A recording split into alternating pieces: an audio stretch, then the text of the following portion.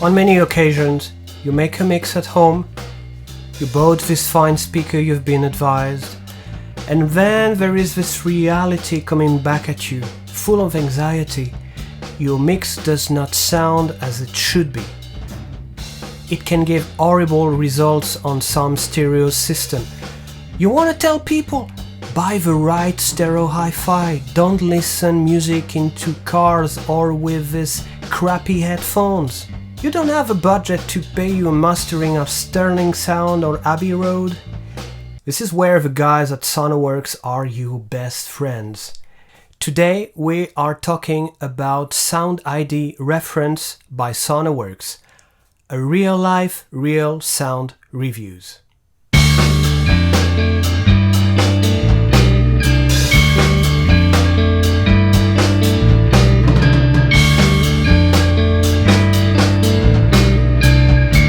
I try to make the most comprehensive reviews possible, but I understand that some of you guys are interested in some special aspect of this review, so don't hesitate to use the chapters in the timeline, it's made for you. Let's start with some disclosure. I know a couple of people at Sonarworks.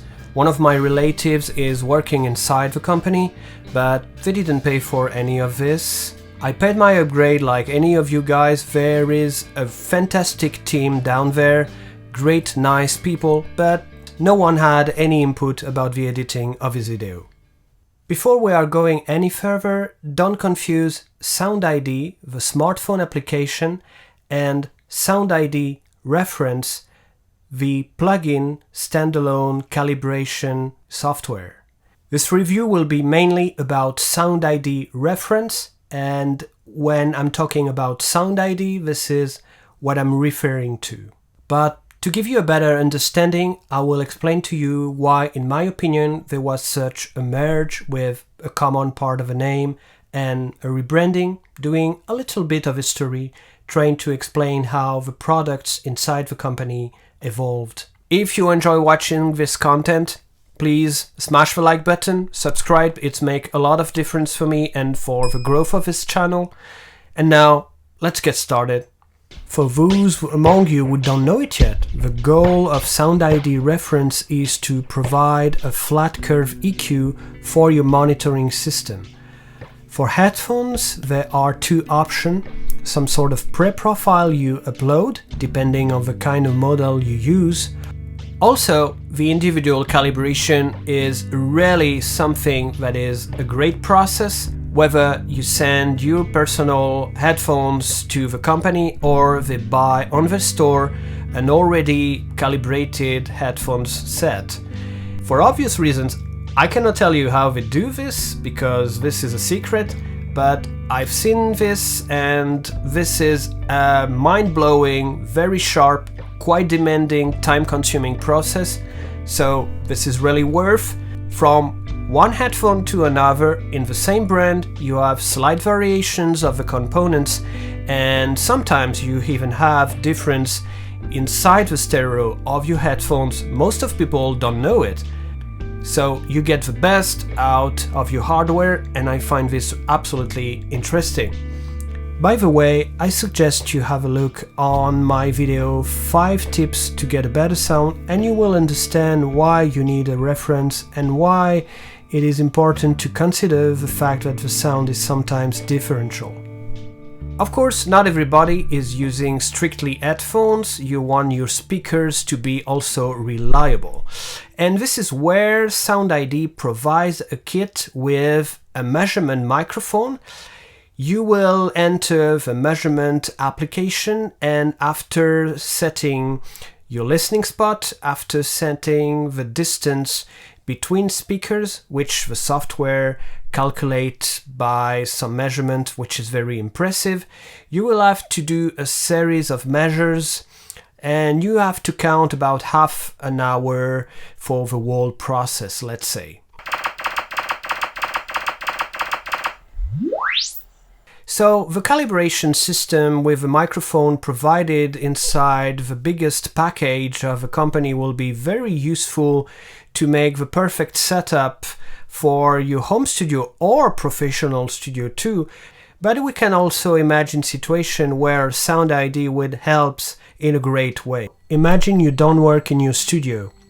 You take a pair of speakers and set a temporary listening room next to the old factory where you are recording, or to the church when you record classical music, for example. You now have some confidence in your speakers to avoid some critical mistakes and to give a first comprehensive feedback to the people you are working with. Don't get me wrong, the principle in itself is not absolutely new, but it used to be much more difficult. Professional sound engineers used to make measurement and calibration when installing speakers in their mixing room, using pink noise and so on and so forth. But people at Sonarworks made it accessible and mainstream. You will see now why I use this word intentionally. So, is SoundID a great plugin and standalone software? Short answer, yes. Reference 4 was already a must-have. Is it worth the upgrade? Yes too, we're going to see why. Before that, to understand the philosophy of this new software from the Latvian company, a little bit of history will be useful. There is a move that most of reviewers don't seem to analyze. Why did Sonarworks merge their smartphone application products and their professional brand? The company used to make a product called TrueFi, a music player on smartphone that proposed flat profile for headphones, hence a better listening experience. If you EQ actively, you add gain, and if you add gain, you take the risk of saturation. You need to keep a place for safe headroom. Smartphone OS don't enable to tweak this with an independent sound layer like on computer OS, Core Audio for Mac users, and you have to lower your average level. So TrueFi suffered from this limitation, and the competition with other players was tough, especially in the streaming department. It made him sound weak when it was in fact more accurate. TrueFi was cancelled, and then came the smartphone app SoundID last year. And when it was released, I wonder, what the heck? What are they doing? You could set and come to a precise sound profile based on the experience of guys at Sonarworks with comprehensive tests comparing A to B, B to C, and so on and so forth. Everybody misunderstood the real purpose of such a project, for the simple reason the technology was not ready yet. In the future, you will be able to upload the sound profile inside your Bluetooth headphones. More and more, this gear have chipset included, like the famous AirPod by Apple. And this is what provides a new standard for hi-fi in the future. This is not a small move there is something to be understood. So SoundID merge is simultaneously made of two moves: to bring years of experience in the field of sound calibration, headphone calibration to the mainstream audience. Second, taking into account the variety of sound profiles coming from consumers' habits, listening devices, to enable sound engineers to take them into account right on the spot. Why? Because you don't mix or make mastering for other sound engineers, but for a wide range of audience. So now we have more element to understand what is, in my opinion, the major upgrade of SoundID, which is translation check. The profiles included in translation check are absolutely great and deeply useful. You can simulate, for example, MacBook Pro speakers, you can simulate TVs, you can simulate cars, whatever you want. Now you don't need to upload your sound production on a smartphone to know how it will sound. SoundID brings it directly to you. You won't be able to overcome the defects of crappy sound system that people use, but you will be able to avoid huge problems and some mistakes. For some studio, this is a fantastic tool. For example, if you focus on people who use smartphones for a massive advertisement campaign, you can optimize the sound with this in mind, because this is the targeted audience. So this is a game changer inside the game changer, a very useful thing. Another upgrade is custom target. Inside Reference 4, you were able to EQ bass and hi-hat frequencies. Now, it's interesting to settle also some sort of subjective personal additional EQ wherever you want in the frequency correction, but I don't think this is absolutely a smart move to push the envelope, otherwise you goes against the very spirit of the software. But if you have been used to mix with a lot of bass, if you have been used to mix with some very real special relationship in the mid frequencies, this can be useful. Or because you know that in the acoustic there is some frequency that is really problematic, this is a useful tool indeed. Now time for a couple of downsides, and a frustration. First, in some occasion, with some special or crappy acoustic, it turns out that sound calibration does not work.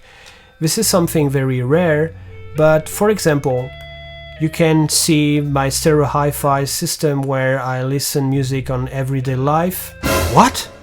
I still listen to CDs, guys. Look, kid, I shouldn't have to explain myself. I'm from the old school.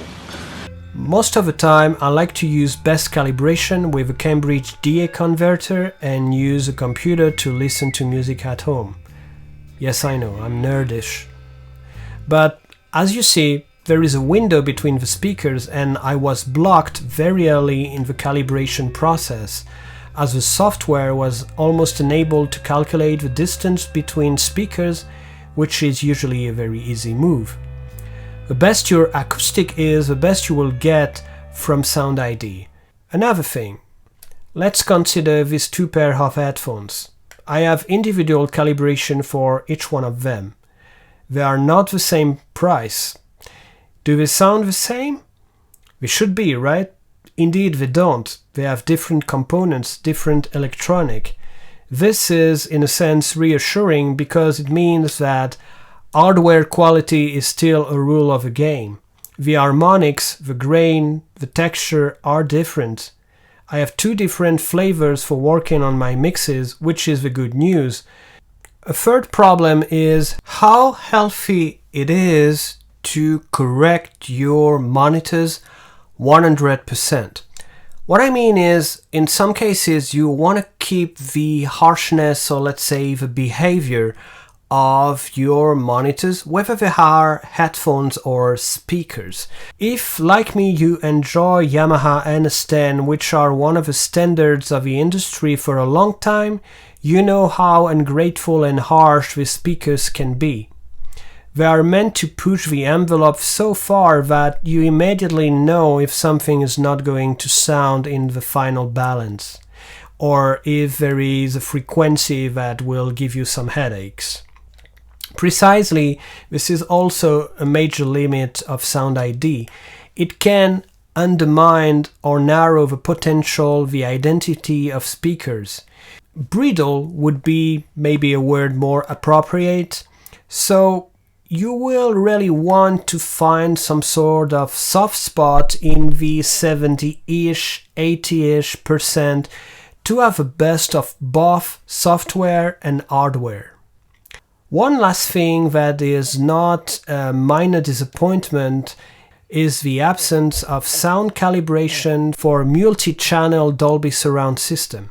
It was one of the most requested and the most expected upgrade by the community of users of Reference 4.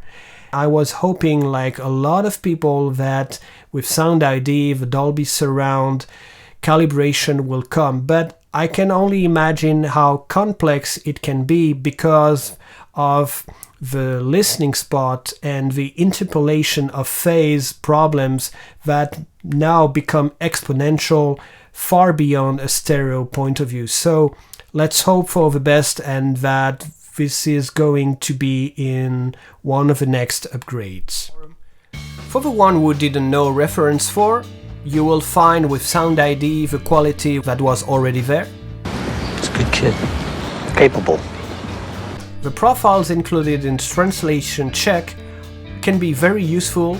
In the past, you could go to your car, you could use some crappy headphones, you could try these laptop speakers that were a bunch of garbage, but now you will save time. That's not to be taken lightly for some studios out there. So despite these minor inconveniences I mentioned, it remains a must-have. It brings a fine and easy solution to one of the biggest problems, having a suitable reference, something that you can rely on. Guys, let me know in the comments if you enjoy watching this video. Are you a SoundID user? Do you enjoy Sonarworks? Do you agree or disagree on some points? As always, a huge thanks for watching, and I will see you on this channel very soon.